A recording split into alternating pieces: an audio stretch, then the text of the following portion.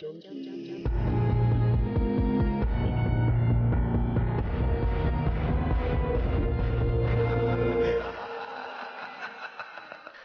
and welcome back to Celluloid Junkies. I'm Luke Kane and I'm joined by fellow lycanthrope deniers Damien Heath. Hello. And Cameron Crothers. Hi. In honour of our favourite holiday of the year, Halloween, except for Cameron, who prefers the Queen's birthday, we've decided to celebrate an undisputed horror classic, John Landis' 1981 satirical horror comedy, An American Werewolf in London. It's all true. Please believe me. Believe what? That tomorrow night, beneath the full moon, I'll sprout hair and fangs and eat people? You'd be surprised what horrors a man is capable of. Are you all right now? I don't know. I'll let you know the next full moon. I'm a werewolf. You're gonna change. You'll kill people. You'll become... I know. A monster. David, don't lose control! Control? What control? David, I can help you. No, I'm not safe to be with. You gotta stay away from me.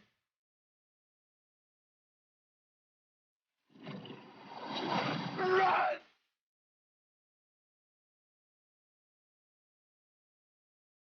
In 1969, John Landis was an ambitious 19-year-old working as an assistant on the Brian G. Hutton film Kelly's Heroes in Yugoslavia.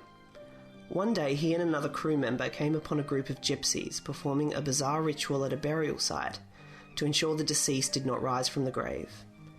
Inspired, Landis wrote the first draft of what would become An American Werewolf in London, about a young man who survives an animal attack while backpacking with his friend along the English moors.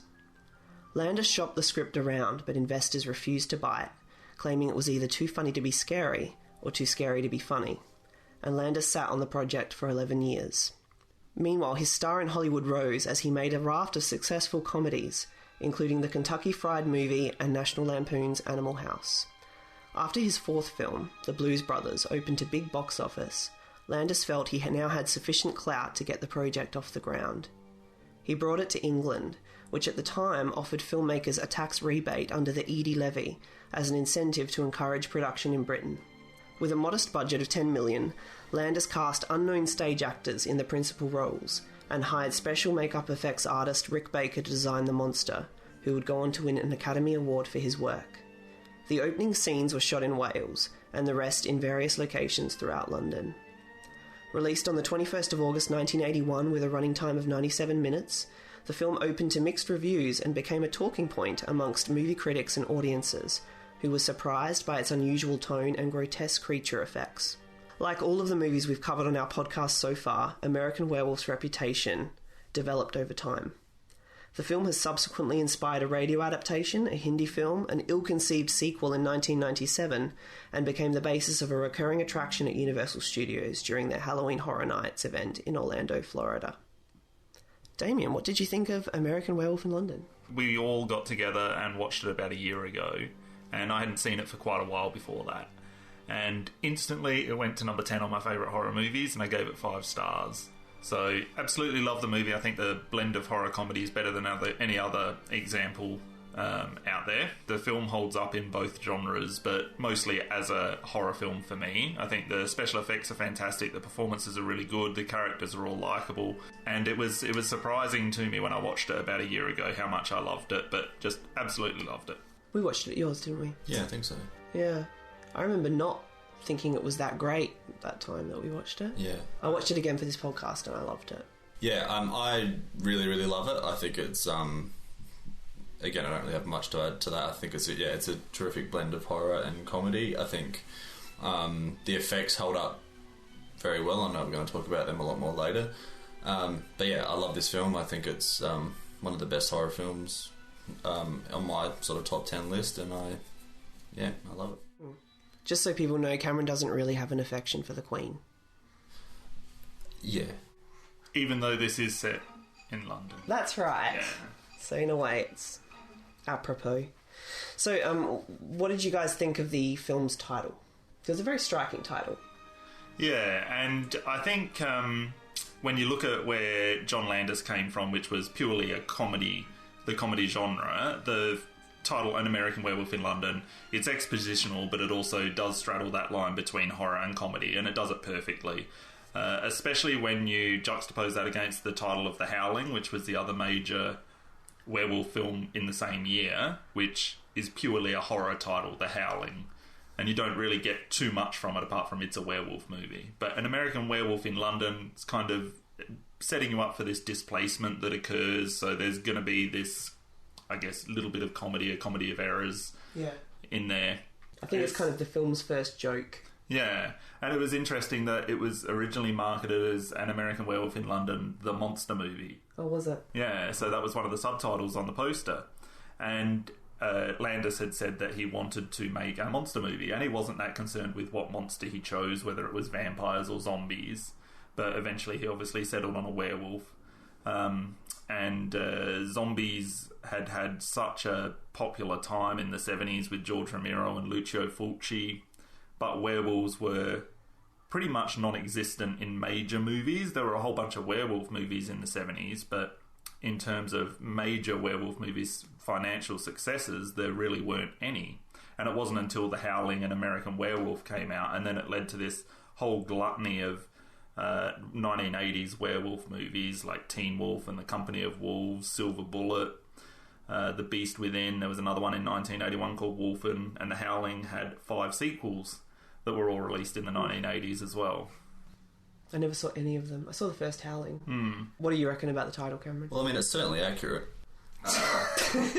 There is an American werewolf, and he is in London. It's almost a synopsis, isn't it? Yeah, I don't really have a whole lot to add to it. I think it's fantastic. I think I like the fact that it kind of, when you hear it, it almost sounds like a little bit of a fairy tale. Yeah. And I think that, you know, it is kind of like that. There is a bit of a Shakespearean element to this film, I think, and I think that kind of adds, a nice little bit to it. But yeah, I mean, I think it's a great title. Yeah.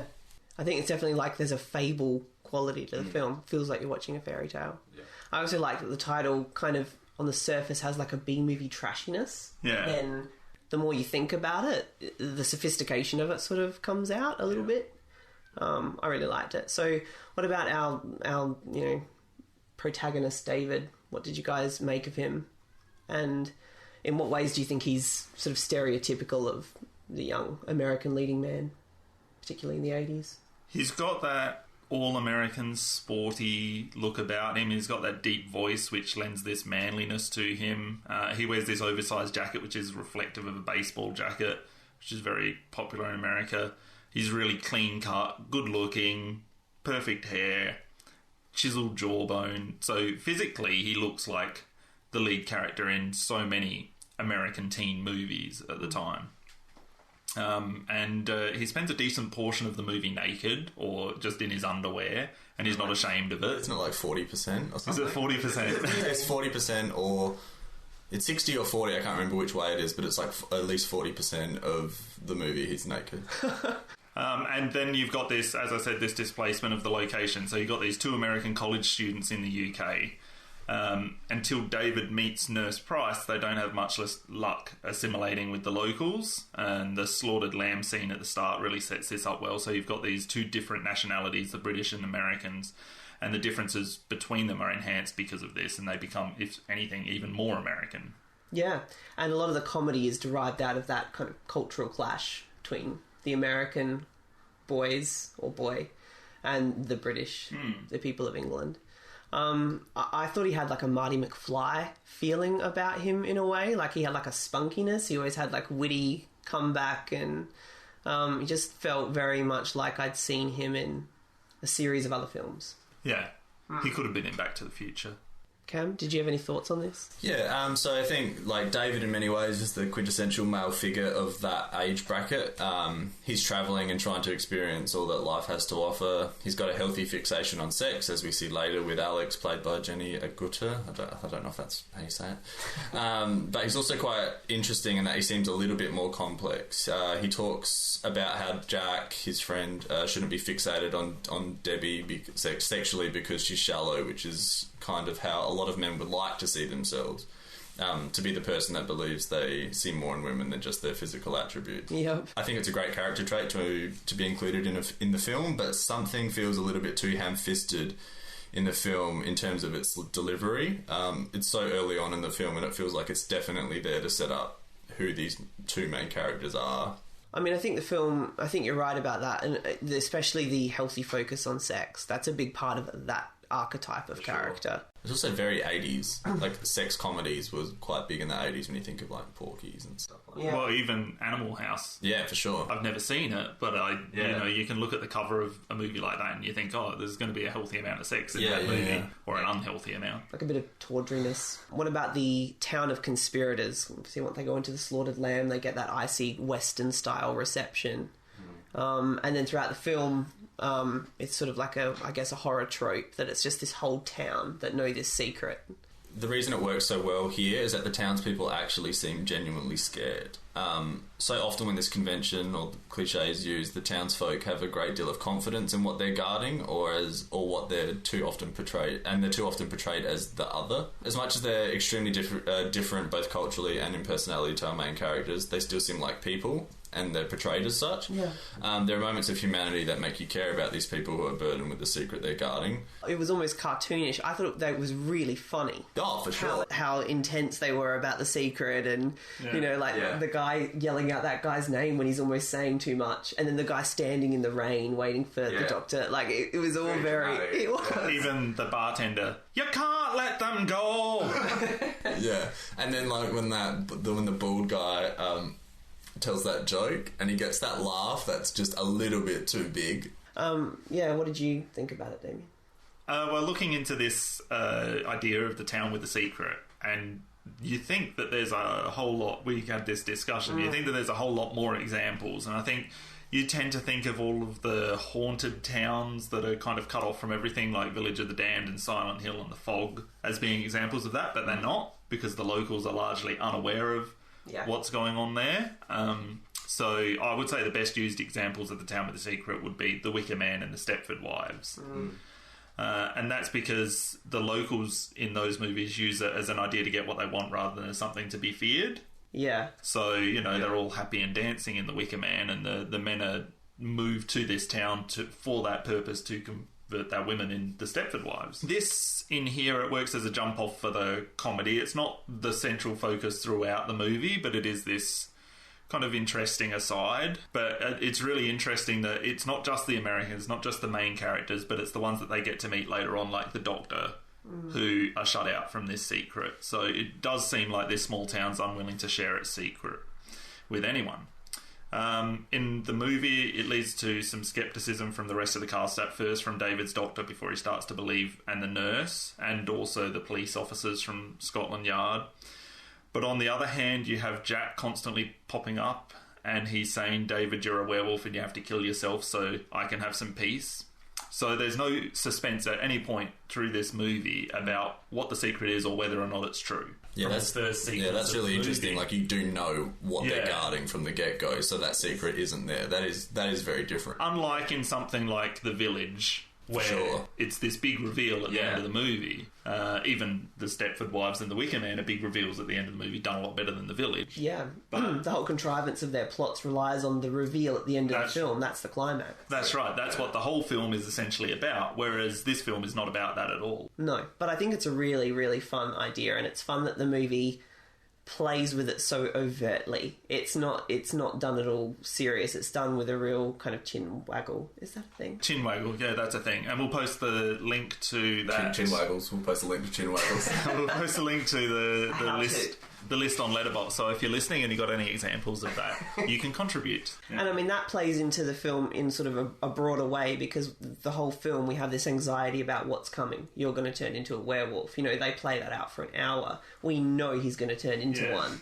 So you're just kind of sitting there. That's part of it. I do like that. I think that lends itself to that feeling of, like, impending doom to David's character. Yeah. Because you know the stakes from the get-go. And it's almost like by constantly telling us through the character of Jack that he's going to turn into a werewolf, the movie's promising, we're going to get a really cool scene coming up. So you're waiting and waiting for that cool scene. Like, the movie's kind of has the confidence to tell you, we're going to do this soon. It is a very confident film. Yeah, very. It's very audacious. What did you think overall of the look of the film? The Blu-ray copy that I have, I'm not sure if it's the same transfer that you guys have. Yeah, I saw you got a different one. Was not fantastic. Very, very, very grainy. Yeah. And I know that they are just releasing a restored edition this month or next month. Do we know what company is doing it? I'm not sure. It would be really interesting to see that without the grain. It did look dated when I watched it, or maybe that was just the way that it was shot. The guy who did the cinematography, Robert Painter, his most famous film before this was probably The Nightcomers with Marlon Brando. Then he did the remake of The Big Sleep.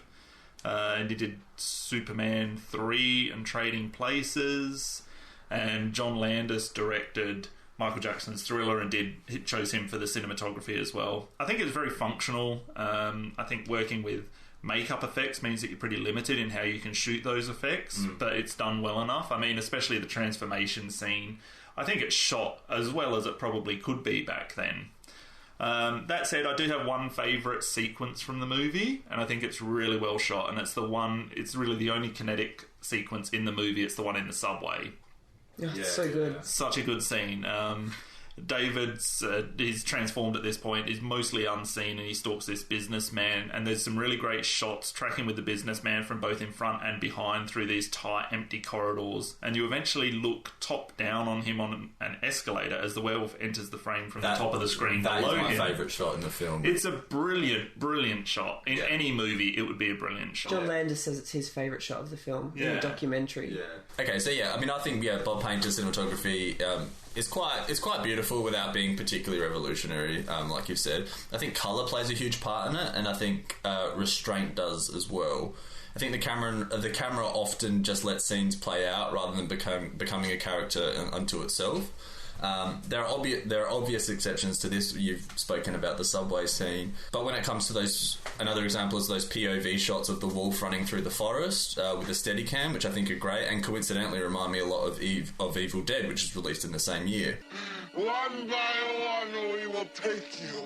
I think it's interesting that when a technology is in its infancy, like the Steadicam was at that point, you get to see how filmmakers utilise it to advance their story or the plot. Like, you have John Carpenter's haunting long shots in Halloween to give Michael Myers his slow, deliberate method of killing a greater weight. You have Kubrick's mesmerising use of it in The Shining as he follows Danny's big wheel through those long corridors of the Overlook Hotel, which gives greater weight to the impending doom of that entire film. These days, I think the Steadicam is used out of laziness far too often, and interestingly enough, a known technological filmmaker like Fincher uses the old method of a camera dolly to get the narrative effect he wants, while obviously using computers to make those moves as perfectly calibrated as possible. And and his cinematography is often singled out as being so idiosyncratic. In terms of colour, I think the interiors are often very drab, but I think that's a conscious choice to highlight the red blood, the blackness of the creature later on in the film. And it's also just an element of late 70s, early 80s London, like... grimy, brown. There's also the red jacket that David wears in the opening scenes, which was mentioned before, which really stood out to me as possibly kind of a foreshadowing as to what's to come for him. We often associate red with danger, and we've obviously spoken a lot about red in film on the Don't Look Now podcast.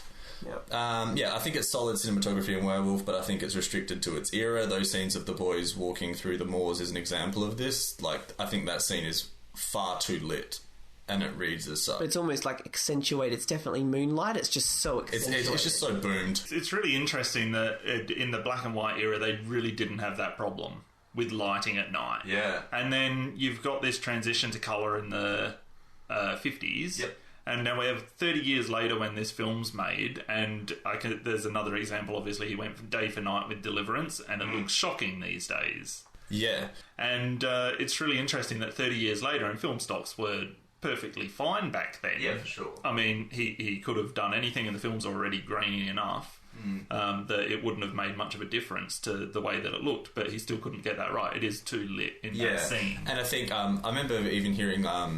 when Robert Rodriguez did Sin City, and that was done in black and white, and he said, he goes, wow, I really need to learn how to fucking light now, because lighting for black and white is so different, because in colour, you have people's clothes to bring them out a bit further. You can use colour in different ways to sort of get around having to light them in a particular way, and it's like in black and white, you really have to know when everything's going to hit, because if not, it's just going to become like a flat piece of nothing. Obviously, Bob Painter went on to shoot Superman 2, which I consider to be the far superior film than the original. So he always, holds a soft spot for me. And very of its time. You feel like you're sitting down to watch an 80s movie. Yeah. I like that feeling. It's a pretty bright film for a horror film. And, I mean, look, even its energy is quite up for a horror movie. You're not real. Oh, don't be a putz, David. Are we meant to think of Jack as a literal ghost delivering these messages to David? Or is it more metaphorical? And what did you think of Jack's gradual decomposition as, the movie progressed? Yeah, I mean, I think that's a really interesting question. I mean, I do see Jack as a literal ghost giving David the message. I don't know if I could really reckon with it any other way. Yeah. I might just be retarded. No, I'm the same. I think it's literal. In terms of his decomposition, I think it's pretty wonderfully realised. I think particularly the first time we see him in that hospital room, there's that hanging bit of flesh on his neck that wiggles as he talks, and it just ups the gross factor remarkably. So, he's got all of this stuff pulled away from his body and added on, obviously, with prosthetics, but, that little wiggle of flesh somehow just makes it so gross. It's really well done. Yeah, I love how Jack's personality doesn't really change in the slightest, even throughout the decomposition process. He seems... although he was a great friend of David, he was the arsehole of the two. And he does seem fixated on making sure he isn't left on limbo, which is obviously fair in some ways, because I imagine that would be horrible, but the fact that he desperately asks his best friend to commit suicide for his own cause is extremely telling and sort of pretty jarring. I also love how cavalier he is when he speaks to David, even though he's essentially a walking corpse. I think it demonstrates perfectly the line the movie toes between comedy and horror. I think the decomposition is terrific, but I think it goes a little too far when he takes David into the adult theatre and it's obviously just a skeleton. Yeah. They're shaking around. It's a point in the movie where I think the stakes are quite high, and it's one of the few times I think comedy is probably used in the wrong place there. I guess I didn't really answer that part of this question. I just talked about how much I love Jack. Because Jack's my favourite character in the movie, and it's funny, John Landis told him that despite his condition and his appearance, he had to, quote, stay happy. And that was his direction throughout the movie, stay happy. And that's why he is just the same as he is at the start of the movie. And we've all had friends like that as well. Yeah. They just don't get ruffled by anything. Yeah. He's the best point of comedy in the movie. His exchanges with David are great. I think the best of those is in the cinema. After David's first night as a werewolf, and he says, "Do you mind? The man's a friend of mine." After they're trying to come up with ways that he can commit suicide. Yeah, I do like that. I do like that part of it. And one of them says that choking would bring too much pain. No, if you did it wrong, it could be painful.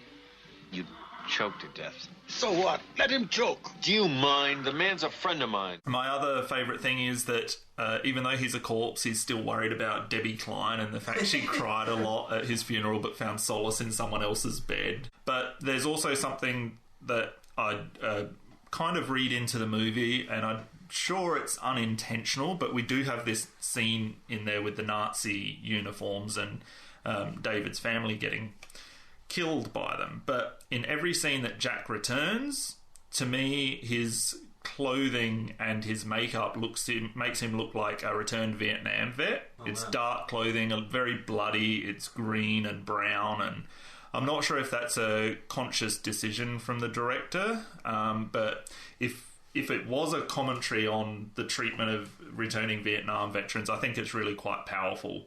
I never thought about it that way. It was just purely the aesthetic of what he looked like. Nothing to do with story or anything, but purely the aesthetic. He looked a lot like a gritty returned war soldier. Well, the time frame fits, because I think it was like 78, Deer Hunter and Coming Home, and films like that were coming out. So there was that feeling in the air at the time. Yeah. That was the first time he showed up at the bed, and I thought, wow, he looks like he's just returned from Vietnam. And he's got these grisly wounds that could be war wounds. Yeah, and I mean, at one point, he's completely green. Josh Rothkopf wrote in his article in Rolling Stone about a Jewish neuroses link. He wrote that, Jack could be like, the whole Jewish neuroses thing is guilt, so Jack could be coming back, and then also the werewolf thing is like a self-persecution thing, which is also part of, I guess, the stereotypical Jewish neuroses. So he wrote about, and then of course, yeah, you mentioned the Nazi demons, they're wearing Nazi things, so there are all these little like tiny things, and David looks quite Jewish, and they actually say he's Jewish, because remember, she says she has a look at him? John Landis couldn't do any full frontal shots of the actor because he had to reveal he is not actually circumcised. Yeah, so they couldn't do any full frontal shots of him. Way to get out of it, though. Yeah. But Nurse Price also mentions in that same scene that a lot of people do it now. Get circumcised now. During the Nazi scene, there's Jewish things in the house of the family. So you've got to read into it that he's Jewish. Well, yeah, I mean, but whether or not that really does play a significant role and that the whole thing is kind of like this allegory for the Jewish neuroses, I don't know, that might be a bit of a stretch, but it's an interesting thing to think about. What did you think of the Nazi demon scene? It's one of those things that I look at it and I think, how the fuck did that make it into a screenplay? It's just so bizarre. Yeah. And I mean, the film wouldn't be lacking without it. It's just so strange. Like there is a couple of mentions of being Jewish and all that kind of thing, but just the fact that there's Nazis and it's weird because they don't have a swastika on them. Yeah. But you weirdly associate them with Nazi. Yeah, I think it's the helmet mostly, but you're right, there's no insignia. But I like how bizarre it is. And it's cut really well. And there's that double scare. I like how the mum just gets whizzed away by bullets in that cut, like, pshing, and then it keeps cutting back to his eyes going left and right. It has a good energy. It feels a bit like stylized, like more of a ballet version of how it would really look. So what do we call these creatures? Nazi demons. Yeah. Nazi demons. I think I've heard them refer to them as Nazi demons before. I saw one review and they called them Nazi werewolves. That's obscene. Well, they're not werewolves. No, I've called them goblins. I call them Dreamtime Nasties. So that's we've done the Town with a Secret. The Dream Within a Dream is another horror trope that's used quite a lot. Obviously, I guess most commonly in the Nightmare on Elm Street series, especially Part 4, the Dream Warrior, the Dream Master. What a sucked face. And that is just used constantly over and over and over in one of the scenes in there, but it's used throughout the other films as well. It's also used in the remake of The Wicker Man, which I've never seen, In the Mouth of Madness, two of the Children of the Corn films, and not that I can remember it, but it's also used in the 2010 version of The Wolfman. I don't remember anything about that film. You've been a bad boy, Billy. Oh, God. It's not the line.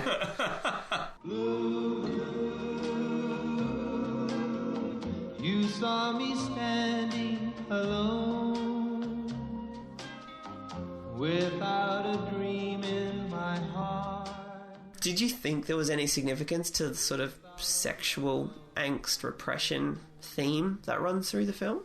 Just because I think it's like undeniably threaded through the film from, him watching that model on the TV. I mean, you could do a lot of interpretation on that point, and I think you'd get lost in kind of babble. I think you could definitely see the parallels between the transformation of David into a man and the metaphor underpinning his transformation as a metaphor underpinning the transformation into a werewolf. I think we all fear sometimes as humans that we may have a monster inside of us, and we constantly repress that fear by being overcordial in social situations to overcompensate for that.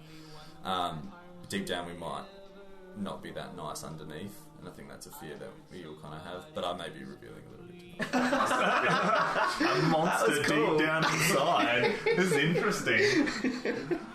That was really good. I liked it. Well, no, but you saying about the, him spending 40% of the film naked, the transformation scenes, he is always, they're kind of, you become associated in your mind with his nakedness. And John Landis sort of shoots it in a way where we're getting his body. How many transformation scenes are in the movie? 2? One of them he's naked and one of them he's fully clothed in the cinema. I don't remember, but he's dreaming. He dreams naked when the horrible dreams start. Yeah. Then he wakes up from the werewolf attacks naked in a wolf pen. So, and then there's that whole comedy scene about him trying to get home naked. So, I mean, there are a lot of moments in the film where it feels like, I don't know, the two things, sex and the transformations, start to blend. We're teased with how the werewolf will look at that point through the opening flashes in the first attack on the moors. And that scene is so brutal that we immediately know that when it comes, it's going to be horrific.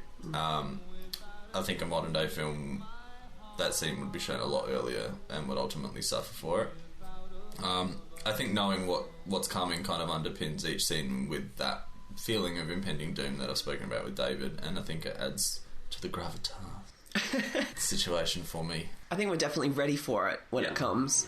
Yeah, I think we're ready for it. I don't think it negatively affects the movie in any way that it takes an hour. We already know it's going to happen. Yeah. I mean, just from the title of the movie, we know it's going to happen. So we know at some point he's going to convert into a werewolf. And just going back to what I said earlier about during the 1970s, there weren't a lot of werewolf movies or major werewolf movies. So this film almost had a duty to explain a little bit about werewolf mythology to people who were new to it. And especially the fact that it's a horror comedy means that there was probably a large portion of the audience who were seeing it on the back of Animal House and Blues Brothers rather than on the back of horror movies that they were into. So they might have had absolutely no idea at all. And so it does this, a little bit of explaining of werewolf mythology before the werewolf comes out. And I think that works. And not to mention that you do get to know and care about the characters a lot more. So there's all these characters that ultimately, by the time the werewolf appears, you actually really like them. You've got to believe me, David. Believe what? That tomorrow night, beneath the full moon, I'll sprout hair and fangs and eat people? Bullshit. Rick Baker, who did the special effects on this film, and he'd been promising Landis that he would do Landis's werewolf movie for a decade. Had worked on all of Landis's films subsequently. And then by the time Landis actually got funding for this film, he contacted Rick Baker, who admitted that he had already agreed to do work on The Howling. So apparently John Landis blew his top at him, and then he deferred to his protege, who was Rob Bottin, who we talked about on The Thing, to do the work on The Howling, and then he went off and honoured his commitment to Landis. I think it goes without question that for the time the work is outstanding. The transformation of David into the werewolf is really painful to watch, and I think it's a lot due to Norton's performance. There was a chance of it just becoming a transformation from human to animal. They're two separate things. But in this, you know, at the end of it, this is David, and he's now a werewolf. And that's because of all of his moaning and groaning and screaming during this scene, all of the painful things, the hand becoming bigger. He really makes it seem like it's happening to him as a person rather than it is just a makeup effect that's happening. The ultimate form of the werewolf, and you see it a lot at the end of the movie, I thought it was really cute. And I thought, geez, that would look like a really fun pet to have. A werewolf. No, it did not. Yeah, it did. It looked like a big cat. It looked vicious and huge and rabid and slobbery. But I think the best makeup work is done on Jack. And especially in that first time that he appears at David's bedside. Yeah. That for me is better than the werewolf transformation. But the werewolf transformation is really good. I really like that he subverts expectations stylistically by having it brightly lit and by having the Blue Moon song play over it and not some kind of tense atmospheric sound. Yeah, I mean, I love the transformation scene. I love how abruptly it starts with him reading and then just yelling, Jesus Christ. I do hate that he says, I'm burning up, essentially to nobody else but the audience. We can see that by the fact that you're sweating so profusely and you've ripped your shirt off. But the transformation scene, for me, is like a landmark of horror cinema. The snout extending, the heels of David like elongating is awesome. Yeah. I remember hearing that the transformation scene in The Wolfman, the 1940s Wolfman, was a big influence on the way they went about the effects, that they wanted to do transition into different stages of the transformation without dissolves, like it's done in that film. I think Rick Baker and his team did a remarkable job, particularly without the advent of CGI, like what we would have today. Which is also interesting because Rick Baker worked on the remake of The Wolfman, released in 2010, which does blend CGI and prosthetic effects to what I think worked to a much lesser extent. I also love the shot where David looks directly down the barrel of the lens at one moment, as if he's almost pleading for help from the audience. I think that's a really interesting, almost like a fourth wall break kind of thing. But the most affecting scene for me was the opening attack on the Moors. Like, there's no huge showmanship on display in the way that Griffin Dunn's character was left completely mauled. It's just good old-fashioned like blood and a little guts, and it's the most horrifying scene in the film to me just because that's the most realistic. Yeah, I mean, obviously, like, Rick Baker's obviously a legend in his field. He's won 7 Oscars, this being the first, like you've mentioned, Luke. Harry and the Hendersons, he won an Oscar for, which is the second time that this film has been mentioned on the podcast, with Alan Davio being the cinematographer of that film, which we spoke about on last month's Fearless. I think that's a sign. I think we're going to have to do Harry and the Henderson. He probably used castaway options from this movie to design Harry. Yeah, probably. But it's not a big leap. He also won for Ed Wood, The Nutty Professor, Men in Black, which was back-to-back wins in 1997, 1998. How the Grinch Stole Christmas, and the Wolfman remake, again, strangely enough, was the last one that the Rick Bakers won.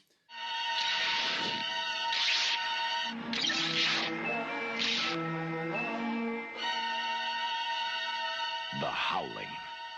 So I checked out The Howling and the transformation sequence in The Howling that was released 4 months prior to American Werewolf in London. And the major differences were that firstly, Landis uses pop music, Sam Cooke's ballad version of Blue Moon during this transformation, whereas Joe Dante for The Howling uses score. Landis allows Norton to moan and groan in pain while transforming, which Dante doesn't do. Rather, his werewolf transformation is largely silent apart from the sounds of the body morphing. And thirdly, American Werewolf is shot with a lot more light than The Howling during this sequence. The Howling is very dark and shadowy, so you see a lot more of what's happening in American Werewolf, and ultimately the changes have more effect. And obviously we just discussed that Rob Bottin did the makeup on The Howling. We praised him a lot in our first podcast with The Thing. His transformation in The Howling was really good, but certainly American Werewolf's transformation is a lot better. It has more humanity, more impact. And speaking specifically on the transformation scene rather than any other makeup, this sequence gives you a better idea of what's happening to the human body. Yeah, absolutely. Sorry, I think there's like a screaming child in there. And for once, it's not Luke. Does someone want to walk down there and like smack her out? Oh, what a little bitch. Why is it that, do you think, that the film's tone, this blend of comedy and horror, works so well here and hasn't in so many other films that have tried to marry those two things? Landis had wanted to make American Werewolf for a long time. What was it, 12 or 13 years? 11 years, yeah. 11 years since he had thought about it, or since he'd written the screenplay? Written the script. So obviously it was a labour of love for him. He's a very good comedy director. His films were phenomenally successful before American Werewolf. And I know there are some other great horror comedies out there. I know you'll disagree with me, Luke, but Reanimator is one of them. Fuck's sake. Some other really good examples, the Evil Dead films, especially number 2, Gremlins, Dead Alive or Brain Dead, depending on where you live, Fright Night, The Lost Boys, more recently Shaun of the Dead, What We Do in the Shadows. So the genre does have a lot of good examples of successful films. Particularly in the 80s. It seems like it seems to have been a good decade for those kinds of films. Yeah, absolutely. And I think the teen comedy genre and the teen horror genre, which were around at the time, just lent themselves to, let's combine them and make a whole bunch of really cheap drive-in films, and so some of them were going to be successful. I think also, I mean, it was the Reagan years in America, so there probably was a feeling that we should make our horror films a bit fluffier and a bit more comedic and not too harrowing, because he was a bit like that. Well, Landis was a comedy director and he'd been really successful, so he just kind of blended what he loved with what he'd already been doing, and what he loved was this idea of making a monster movie. And the best comedic parts, there's Jack and David, but there's also that opening scene in The Slaughtered Lamb with those people not responding to what they're asking, the questions about the pentagram and everything. And then there's even some funny moments between David and Nurse Price. And one of the stupider funny sequences is where David's naked in the zoo and he steals that young boy's balloons. But that line where the young boy goes back up to his mum is really funny. A naked American man stole my balloon. I like the old woman as well that he kind of ambushes. It's really funny, all the British reactions, like, because they're all really plays with that whole stereotype. John Landis didn't tell that lady that he was going to be naked. Oh, when right. He walked up, he just said someone's going to come up and say something to you, and then you're going to have to respond, and that's a genuine reaction as well, which I thought was quite You can kind of feel that when you watch it. But I think when you do a horror comedy, the comedy is the easy part. It's always easy to make someone laugh. But to make them laugh and to make them scared at the same time is really difficult. And that's why it's really, I think it's hard to find good examples of horror comedy. Well, I think it's hard. The comedy can be quite hard. I think you've got to be very disciplined with it. If it kind of boils over into absurdity, then you can kind of, the scares are drained out of it because the film becomes, less credible. Most of the comedy out of this came out of just the practicalities of being a werewolf and ending up, say, naked in a zoo, and how are you going to get home? It's a perfect example. And the fact that those are real wolves is also quite scary. And that one got up when it wasn't meant to, and he leapt out pretty fast, which is in the film. Do you find the movie scary? I think there are moments of genuine suspense, particularly the subway sequence is probably the best example of when the film's tension has really got you. Yeah. Yeah, I think it works both as a horror and comedy, and it's one of those rare ones that actually does. Well, it's not absolutely terrifying. It's got that good mix where there are moments where it's funny and there are moments where it's kind of scary. Yeah. And so, it works. I think Scream does that quite well as well. You feel quite nervous through Scream, but then you're also laughing occasionally, and one doesn't hurt the other. But the film clearly led to this huge amount of horror comedies being made after it. Yeah. And I think probably one of the big reasons Landis couldn't get the film commissioned for so long was because there just weren't prototypes of this type of film out there for him to sell it. He said the biggest thing he ran into was people would say it's too funny to be scary, too scary to be funny. For the most part, you genuinely care about these characters and you feel for what they're going through. So when the humour arises out of their actions, and for the most part in a pretty realistic way, other than probably that zoo scene that feels a little bit Abbott and Costello, at times it does work. I like it. Leave the wolves alone, Cameron. No, the wolves is good. The running with the balloons and it's a bit protracted, that whole getting home thing. Comedy and horror get to those basis of human emotions, which is the fear of death. I mean, we watch horror films as a form of catharsis because horrible things are happening to people other than ourselves. Yeah. There's also a belief that people enjoy laughter because for a moment you're escaping the notion that in the end we all die. So I think the two do go hand in hand. And I think it works in this case because you care about the protagonist so much, and they just feel like us. Even the supporting characters in this film are quite good, like the Doctor and the... The Doctor's really good. I really like his sort of overall arc is quite interesting because he starts off and he's quite bristly and and he does genuinely seem to care about what's going on, and he almost has like a paternal kind of figure in that in the whole film, I think. David, please let me help you. Did you think the climax of the film was rushed?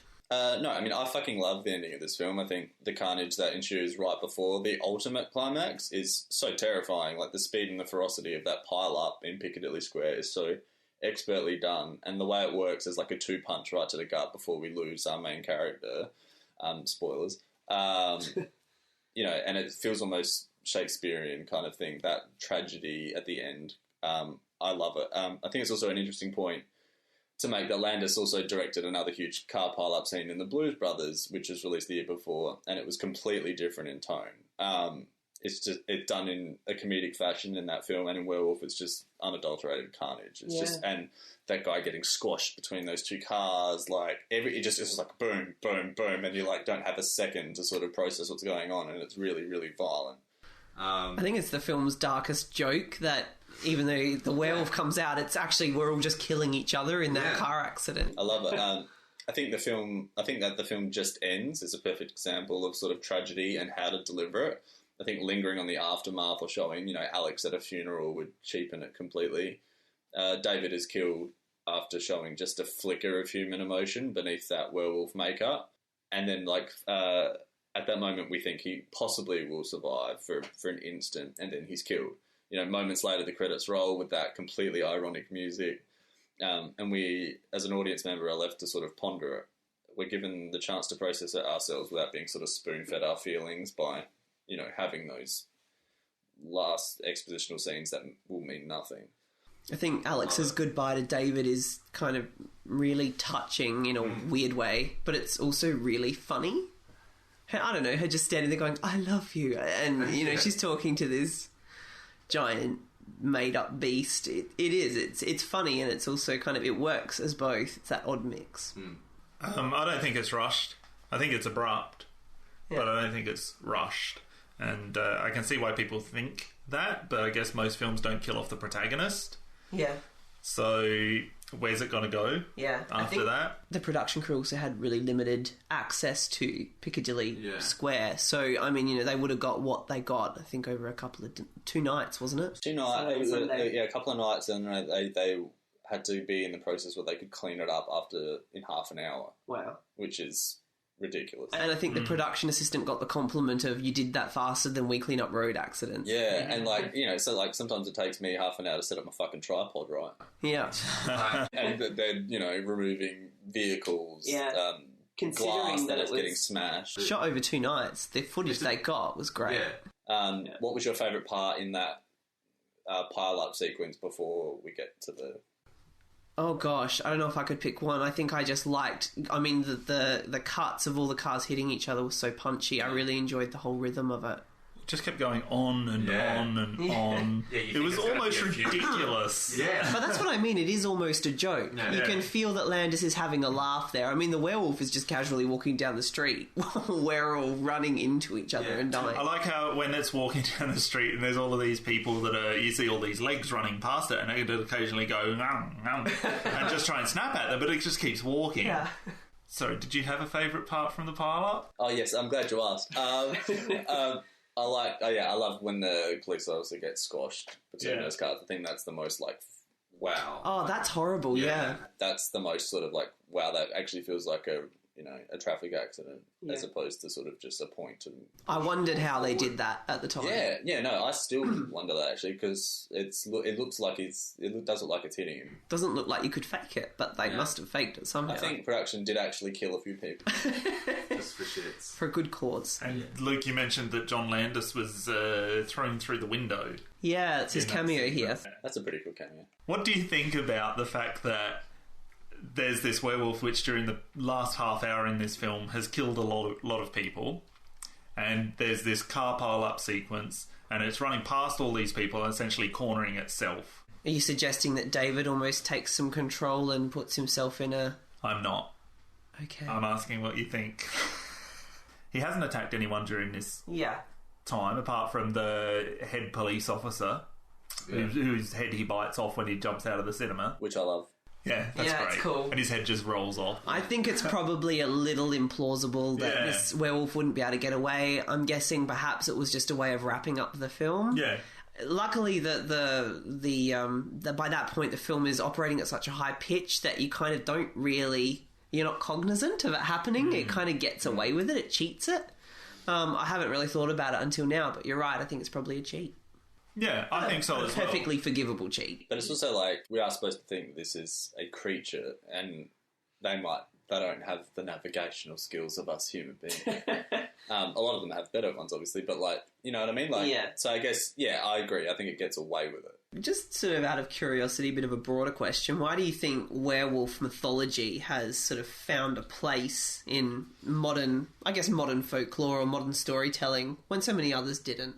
I didn't know this until doing the research for this podcast, but just like with the witches in Salem, people were accused of being werewolves and they were put to death for that. In the 1500s. And it turns out they were just Greek. In ancient Estonia, this happened, I think, and in then the 1500s through the Middle Ages. Yeah, okay, and a lot of these people, at least in the 1500s, were just serial killers in Europe. And Europe apparently at the time had a large population of wolves, and it was as though the population was just conflating these people's crimes with something of an animalistic nature.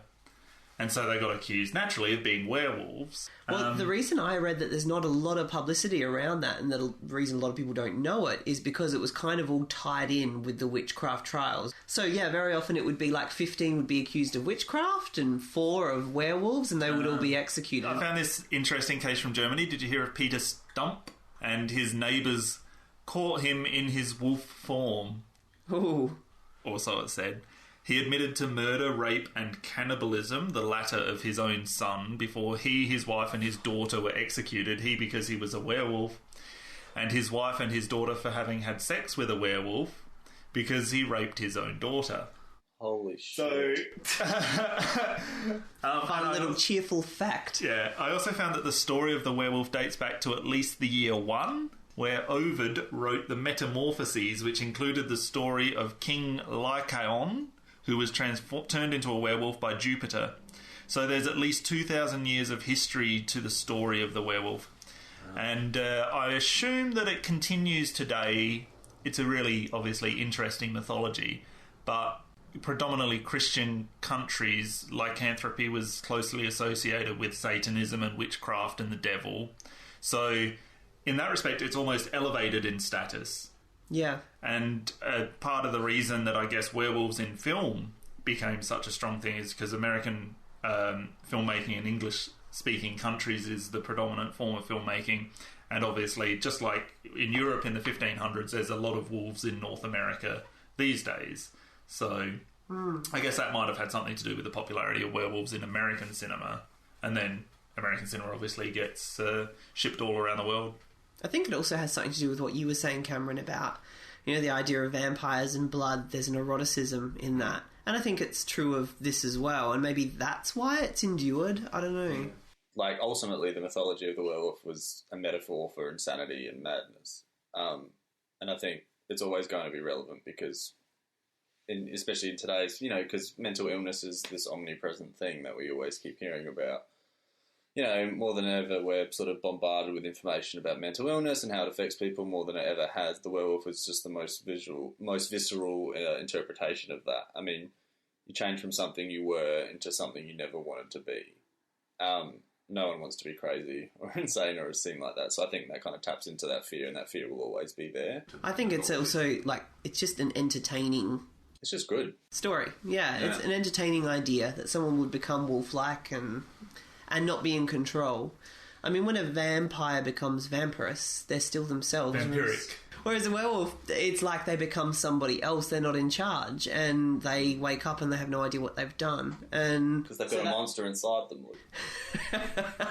That's what we're going to name this podcast now. The monster inside all of us. So, in terms of the werewolf as one of the original Universal monsters, back in I think they made it in the 40s, the Wolfman? Wolfman was 41. I'm sure we'll get picked up on the correctness of this. Is that with Lon Chaney? Lon Chaney Jr., yeah. So there was Dracula, Frankenstein, The Mummy, Invisible the Wolfman, Man. the Invisible Man, the Phantom of the Opera. Creature of the Black Lagoon as well. Yeah, let's forget that one. Is this your favourite werewolf movie? Yes. Yeah. Me too. But what of those original Universal monsters, not necessarily Dracula or Frankenstein, but I guess you'd look at zombies, you'd look at vampires, mummies, werewolves. It's a good question. Vampire passion's kind of been sucked out of me with the Twilight eruption. I think when that dies down, I think that one will probably still be my favourite. Like, I think... Bram Stoker style. Just going to draw this comparison and say Frankenstein's a zombie so that I can say zombie movies are my favourite. I was actually going to say Frankenstein as well. I think that's probably the most interesting to me. Just the tragedy of, and it's really interesting, the creator versus the created, and I like all of that. I find it really interesting looking at movie history, and you've got the Universal horror movies, and then the next great horror movement was Hammer. And so the most popular of the Universal movies was Frankenstein and Bride of Frankenstein, but the most popular of the Hammer movies was Christopher Lee's Dracula movies. Yeah. Right? And I think that's interesting that they kind of, even though Dracula came before Frankenstein originally, and I think with Hammer, Frankenstein came before Dracula. But correct me if I'm wrong.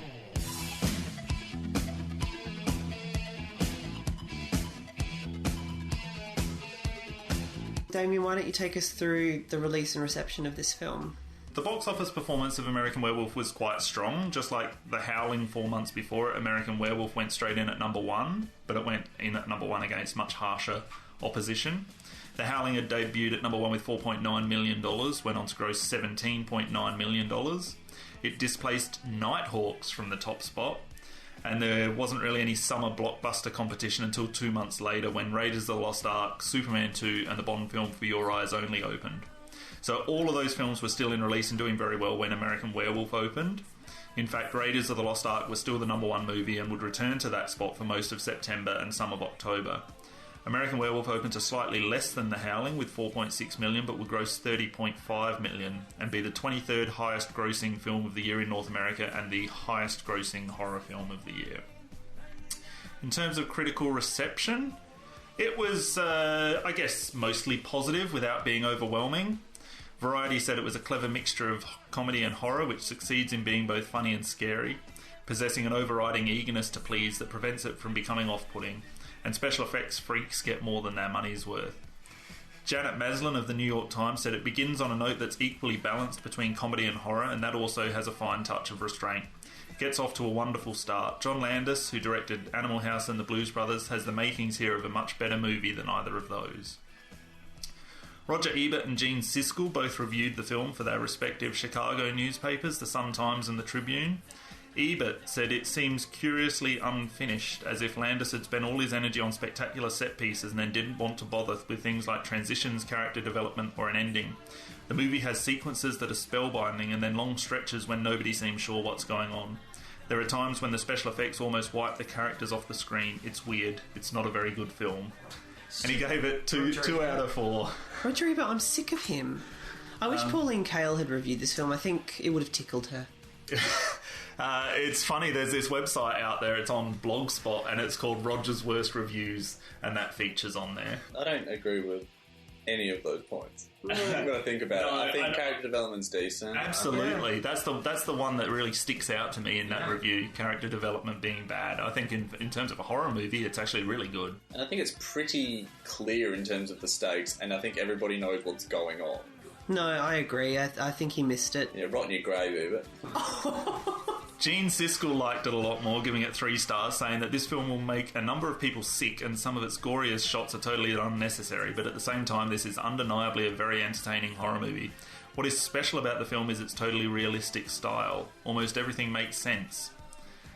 Which is actually the opposite of what Ebert said. Yeah. The film makes even a conversation between a dead man and a living person thoroughly plausible. There is nothing supernatural about the story other than its premise.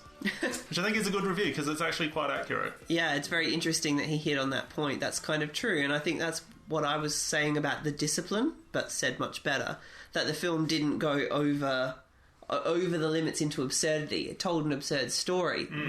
Pretty, straight down the line. And I think that might actually be something that's done a lot in horror comedies as well. Well, certainly done with successful ones. Yeah. They toe that line. I think it's a very delicate balance. Yeah. The film was dedicated to Jim O'Rourke, who I wanted to just make mention of. Jim O'Rourke and John Landis worked as stuntmen in the 1960s. O'Rourke was a regular stunt double for Clint Eastwood in the spaghetti westerns. And it was O'Rourke who got Landis the job as production assistant on the 1969 film Kelly's Heroes. He died of lung cancer not long before the production of American Werewolf began, and as a direct result, Landis banned smoking on set. John Landis, banned smoking on set, and yet, a few years later, helicopters were allowed to chop someone's head off in the Twilight Zone movie. That's one of the biggest things. Him and Spielberg got taken again to court, charged with manslaughter, involuntary manslaughter or whatever. Yeah, and that YouTube video to see that is online, and it's really scary. Yeah. We'll link to that in the show notes. Well, it is Halloween. It's the month for sadism, so why not? As well as linking to some ISIS beheadings. Let's just keep going. But, I'm glad to hear that it did better than The Howling. Almost double. Well, it's a better film. And I wish that that had happened this year with Sully and Deepwater Horizon. Because... You are holding a grudge. Oh, Sully is just terrible, and Deepwater Horizon is infinitely better, and yet it's not going to do as well.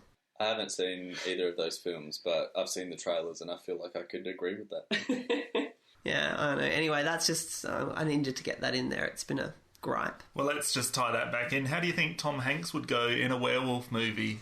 I think he'd be great. He's always beautiful. Tom Hanks could play a child in Big. So I think, being a werewolf would just tickle the child in all of us. Could or did? All right, so my quiz. You guys have been so good with your research that you've wiped out 2 of my questions, so we're just going to do 4.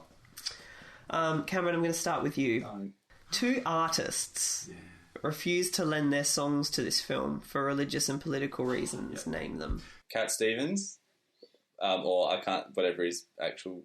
Yusuf Islam. Yeah. that one. I know he did it. Yep, that was one of them. The other one, I can think of one. I can't think of the other one. Bob Dylan. So he gets half a point for that. Oh, because he was in his Christianity phase. Oh, they're both wankers, seriously. Yeah. I did read that, so I feel like I should still get those points. Yeah. Imagine objecting to anything about American Werewolf in London. It's an entertaining film. It's a fun film. It's well-meaning, even. Yeah. So it's just ridiculous to get that haughty about your beliefs. Do you know one thing I read about Cat Stevens, because the song was Moonshadow, and he refused to allow them to use it in the film because he believed werewolves were real. Right. But I think maybe it wasn't because of that. And also Elvis Presley.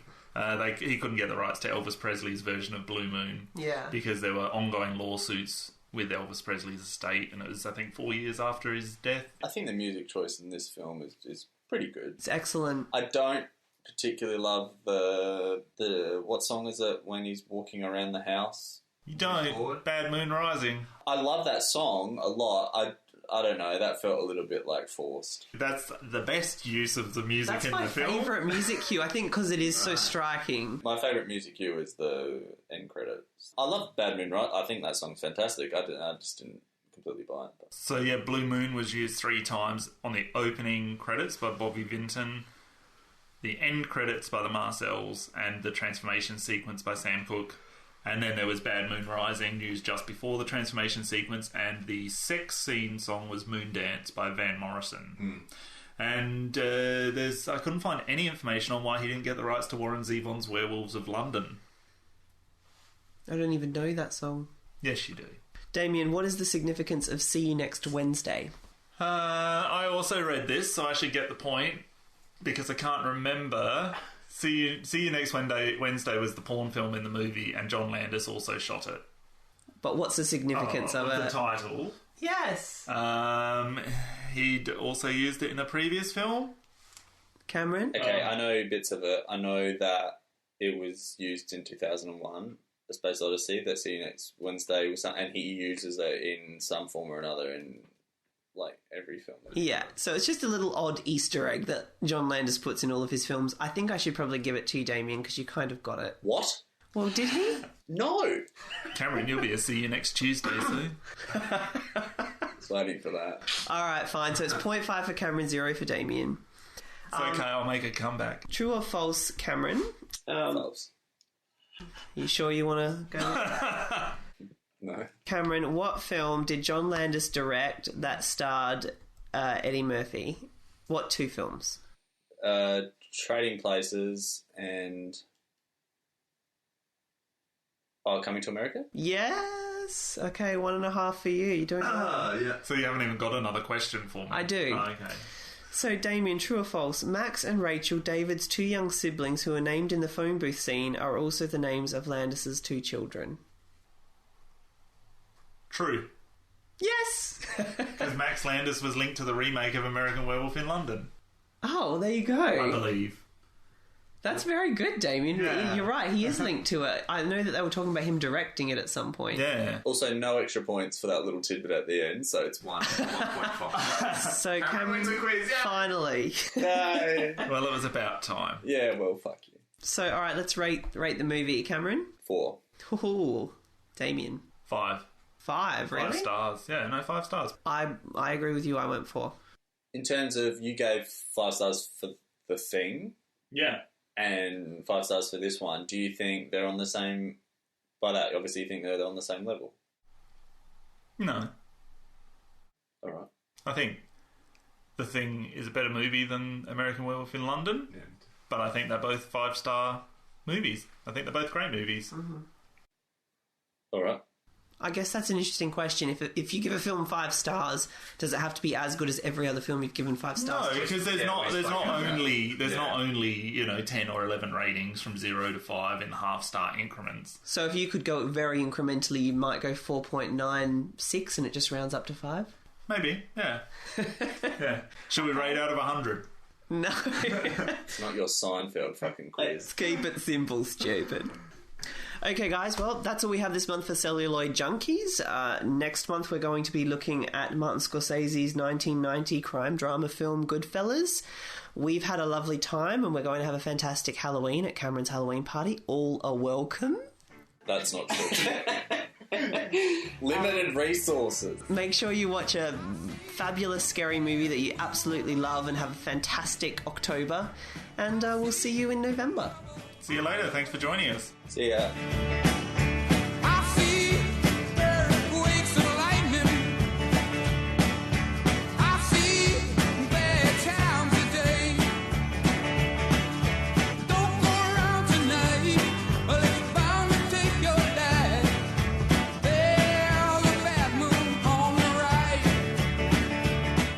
John and Peter come to see it. And we show it on the flatbed, you know, and we show it to them on the camera. They are horrified. I mean, they went, Jesus Christ, this is so gruesome, this is so disgusting, this is, oh, fuck, what the hell are you showing? They went crazy. And they just really were offensive. I mean, they really went crazy. I betrayed them, what is this? And I said, okay, guys, I got a legal pad of paper. All right, give me your notes.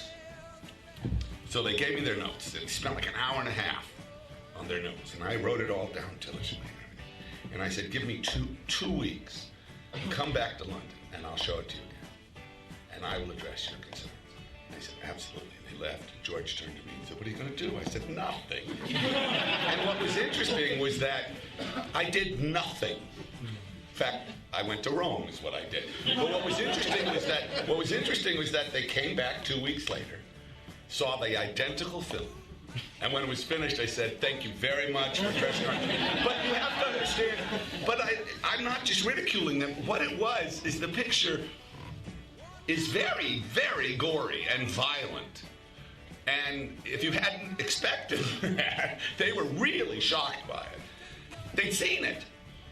So that value was gone. So they saw it again, and without sound effects or music or anything. But still, it was like, oh, it's not so bad. Take your dad.